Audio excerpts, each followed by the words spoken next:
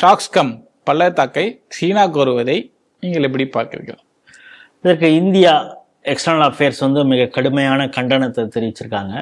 அது அவங்க சொல்லும் பொழுது என்னென்னா, 1963 பாகிஸ்தானுக்கும் சீனாவுக்கும் போடப்பட்ட ஒப்பந்தமே வந்து சட்டவிரோதமானது, அதை ஏற்க முடியாது அப்படின்னு சொல்லியிருக்காங்க. இப்போ சமீப காலமாக பார்த்தீங்கன்னா, சீனாவுடைய ஜின்ஜியாங்லேருந்து பாக்குடைய கவட்டார் போர்ட் அது வரைக்கும் வந்து ஒரு கட்டமைப்பை வந்து வலிமைப்படுத்திக்கிட்டு இருக்காங்க. ஒரு பெல்ட் ரோடு மாதிரி பெரிய ப்ராஜெக்ட். அந்த ப்ராஜெக்ட் மூலம் என்னென்னா, தரை வழியான போக்குவரத்து, விமான போக்குவரத்து, ரயில்வே, எண்ணெய் குழாய் பதிப்பது, மெயின் வந்து எண்ணெய் குழாய் பதிப்பது, இந்த இதெல்லாம் பண்ணுறாங்க. இந்த குறிப்பாக இந்த எண்ணெய் குழாய் பதிப்பது அது என்ன பார்த்தீங்கன்னா, ஆக்கிரமிப்பு, பாகிஸ்தான் ஆக்கிரமிப்பு பகுதியில் இது நடக்குது. காஷ்மீரில் பியோகேன்னு நம்ம சொல்லுவோம், அந்த பகுதியில். அப்படிங்கிறப்ப அது இந்தியாவுக்கு சொந்தமானது தான், நீங்கள் ஒப்பந்தம் உங்களுக்குள்ளார போட்டால் கூட நாங்கள் அதை ஏற்க முடியாது அப்படிங்கிறத இந்தியா ரொம்ப தெளிவாக சொல்லியிருக்கிறது. இதற்கு மத்தியில் வந்து சீன வெளியுறவுத்துறை செய்தி தொடர்பாளர் அவர் என்ன சொல்கிறாருன்னா, மாவோ நிங் அப்படிங்கிறவர், இல்லை நாங்கள் ஏற்கனவே ஒப்பந்தம் போட்டது தான், அதனால் அந்த திட்டத்தை நாங்கள் அமல்படுத்த இருக்கிறோம் அப்படின்னு சொல்லும் பொழுது, Randhir Jaiswal minister of external அஃபேர்ஸோட செய்தி தொடர்பாளர் நேற்று மிக தெளிவாக சொல்லியிருக்கிறார், 1963 உங்கள் ஒப்பந்தமே சட்டவிரோதமானது, அதை நாங்கள் பல முறை நாங்கள் சொல்லியிருக்கோம், அதை ஏற்க மாட்டோம், ஏற்க முடியாது, அது செல்லாது அப்படின்னு சொல்லியிருக்கோம் அப்படின்னு. இதற்கிடையே வந்து தளபதி, இராணுவ தளபதி உபேந்திர திரிவேதி அவரும் ரொம்ப தெளிவாக சொல்லியிருக்கிறார், இந்த சட்டவிரோதமானது 1963 ஒப்பந்தம் பாகிஸ்தான் சீனாவுக்கு இடையே நடந்தது, அதை இந்தியா என்றைக்குமே ஏற்றுக்கொண்டதில்லை, அந்த ஒப்பந்தமே செல்லாது, ஆகவே அந்த திட்டத்தை அவங்க அங்கே அமல்படுத்தணும் அப்படின்னு முடிவு பண்ணால் அதை இந்தியா கடுமையாக எதிர்க்கும் அப்படிங்கிற விஷயத்தையும் சொல்லியிருக்காரு. அது மட்டும் இல்லாமல் இராணுவ தின அணிவகுப்பு அது ஒரு பக்கம் ரிஹர்சல் போயிட்டுருக்கு. அப்புறம் அவங்க 100ஆண்டு விழா சம்பந்தமாக ஒவ்வொரு ஆண்டு முடிவுலேயும் அவங்க ஒரு ப்ரெஸ் மீட் வைப்பாங்க. அந்த ஒரு ப்ரெஸ் மீட்லேயும் இராணுவ தளபதியை மிக தெளிவாக பேசிக்கிறார்.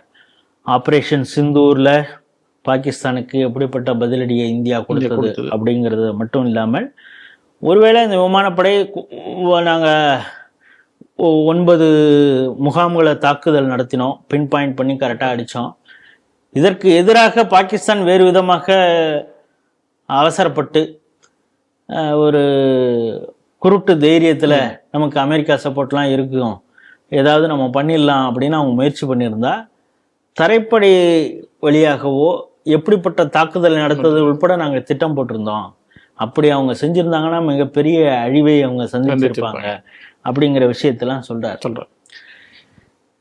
இப்பொழுது எஸ்சிஓ மாநாட்டில் வந்து பிரதமர் நரேந்திர மோடி போய் கலந்துக்கிட்டு வந்தார். எல்லாம் அந்த எல்லை பகுதிகள்லாம் சரியானது அப்படிங்கிறது மாதிரி பேசப்பட்டது. நம்ம ஆரம்பத்திலேருந்தே நம்ம சொல்லிட்டு இருக்கோம், அது நேருவுக்கு நடந்தது தான். ஆனால் நேரு மாதிரி ஏமாளி மோடி கிடையாது. இந்தி சீனி பாய் பாய் அப்படின்னு சொன்னோடனே ஆஹா சீனா நமக்கு வந்து ஒரு சகோதரனாக இருக்கிறான் அப்படின்னு நினைக்கும் பொழுதே அடுத்த சில மாதங்கள்லேயே இந்தியாவின் மீது சீனா படையெடுத்தது. ஏமாந்து போனார் நேரு. அதற்கு மத்தியில் என்னன்னா, அவர் இராணுவத்தை வந்து வலுப்படுத்தக்கூடிய எந்த வேலையும் செய்யலை, அது வந்து வீண் செலவு, இராணுவத்தை வந்து வலுப்படுத்துறதுங்கிறது ஒரு தேவையற்ற செலவு அப்படின்னு அவர் நினச்சிட்டு இருந்தார்.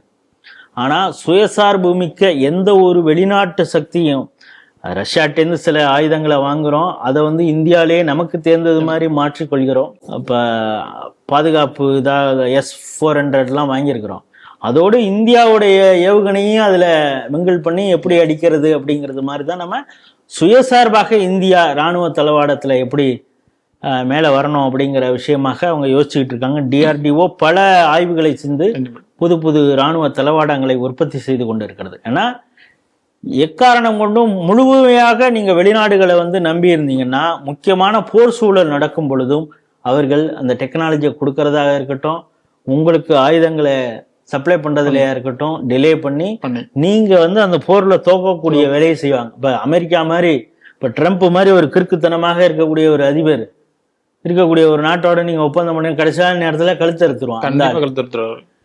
அப்படி இருக்கும் பொழுது முழுவதுமாக நம்ம இன்னொரு நாட்டை சார்ந்து இருக்கக்கூடாது ஆத்ம நிர்பாருங்கிறது மாதிரி சுயசார்புடன் செல்ஃப் ரிலையண்டான ஒரு இருக்கணும். அது குறிப்பாக இராணுவ தளவாட உற்பத்தியில இருக்கணும் அப்படிங்கிறதுனால பல விஷயங்கள் நம்ம செய்துட்டு இருக்கோம்.